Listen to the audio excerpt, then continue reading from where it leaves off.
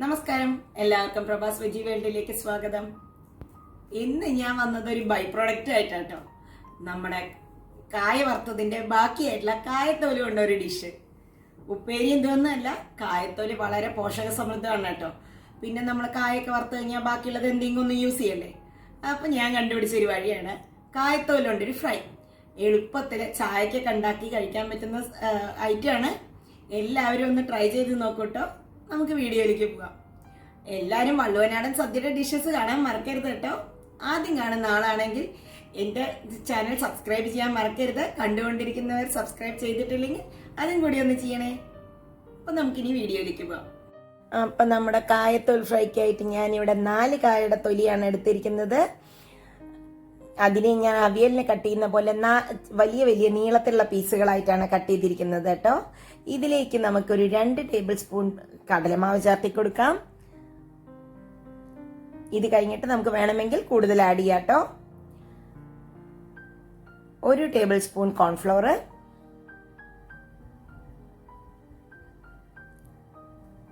1 teaspoon മുളക് പൊടി,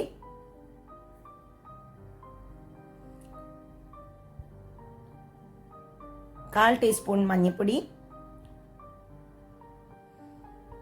1/4 teaspoon കായത്തിന്റെ പൊടി,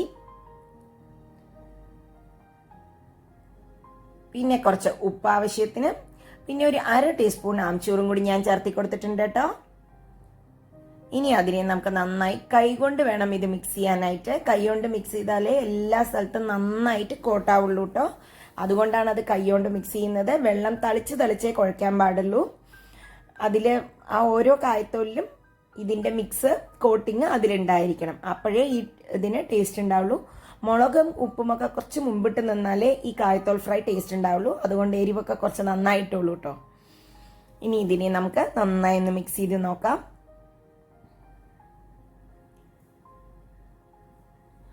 ഇതിലിപ്പോൾ എനിക്ക് തോന്നുന്നത് മിക്സ് ആയിട്ടുണ്ട്. പക്ഷെ അതിൽ പുറത്ത് കോട്ടിങ് വളരെ കുറവുള്ള മാതിരി തോന്നുന്നുണ്ട്. അങ്ങനെ നിങ്ങൾക്ക് തോന്നുകയാണെങ്കിൽ കുറച്ച് ബേസൻ ഇട്ട് കൊടുക്കാം. നമുക്ക് കുറച്ച് കടലമാവും കൂടി ഇട്ട് കൊടുക്കാം. ഞാൻ 1 ടീസ്പൂൺ കടലമാവും കൂടിയാണ് ഇട്ട് കൊടുക്കുന്നത്. എന്നിട്ട് ഇതിനെ ഒന്നും കൂടി നന്നായി മിക്സ് ചെയ്യാം. കായത്തോൽ ഫ്രൈക്ക് കായത്തോലിൻ്റെതായിട്ടുള്ള കയ്പും ഒന്നും ഫീൽ ചെയ്യില്ല കേട്ടോ. നമുക്കിങ്ങനെ കഴിക്കുമ്പോൾ കുട്ടികൾക്കൊക്കെ വളരെയധികം ഇഷ്ടമാവും. അത് കായത്തോലാന്ന് പോലും ഇവിടെയുള്ള കുട്ടികൾ അറിയാറില്ല. അത്രയും ഒരു ഡിഫറെൻറ്റ് ടേസ്റ്റ് ഉള്ളൊരു സാധനമാണ് കായത്തോലാണെന്ന് പറഞ്ഞാൽ. നല്ല റിച്ച് ആയിട്ടുള്ള ന്യൂട്രിയൻസ് ഒക്കെ നല്ലോണം ഉള്ള വിഭവമാണ് കേട്ടോ. ഇതാ റെഡി ആയിട്ടുണ്ട്. ഇനി നമുക്കിതിനെ ഫ്രൈ ചെയ്യാം. ഇത് റെസ്റ്റ് ചെയ്യാനൊന്നും വെക്കേണ്ട ആവശ്യമില്ല. അതിനായിട്ട് ഇതാ കുറച്ച് ഓയിൽ വെച്ചിട്ടുണ്ട്. ഓയിൽ ചൂടായിട്ടോ. അതിലേക്ക് ഞാൻ ഓരോന്നും മാക്സിമം ഞാൻ സെപ്പറേറ്റ് ചെയ്തിട്ടാണ് ഇടാൻ നോക്കുന്നത്. അത് അങ്ങനെ അല്ലെങ്കിലും കുഴപ്പമൊന്നുമില്ല.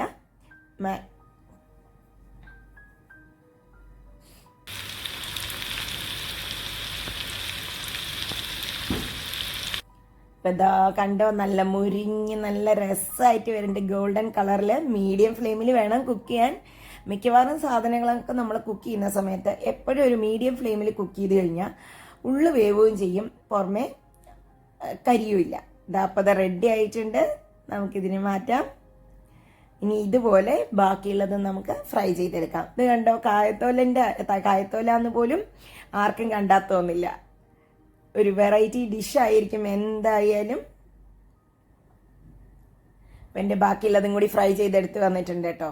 അപ്പം കായത്തോൽ ഫ്രൈ ഒരു ചായയുടെ കൂടെ ഒരു ഡിഫറെൻറ്റ് സ്നാക്കായിട്ട് നിങ്ങൾക്ക് യൂസ് ചെയ്യാം. ഗസ്റ്റൊക്കെ വരുമ്പോൾ ഒരു വെറൈറ്റി സ്നാക്കായിട്ട് പ്രസൻറ്റ് ചെയ്യാൻ പറ്റും. അപ്പം എല്ലാവരും ട്രൈ ചെയ്ത് നോക്കിയിട്ട് എന്നോട് അഭിപ്രായങ്ങൾ അറിയിക്കുമല്ലോ. ഇഷ്ടപ്പെട്ട കമൻറ്റ് ചെയ്യാനും ലൈക്ക് ചെയ്യാനും ഷെയർ ചെയ്യാനും സബ്സ്ക്രൈബ് ചെയ്യാനും ഒന്നും മറക്കരുത് കേട്ടോ. താങ്ക്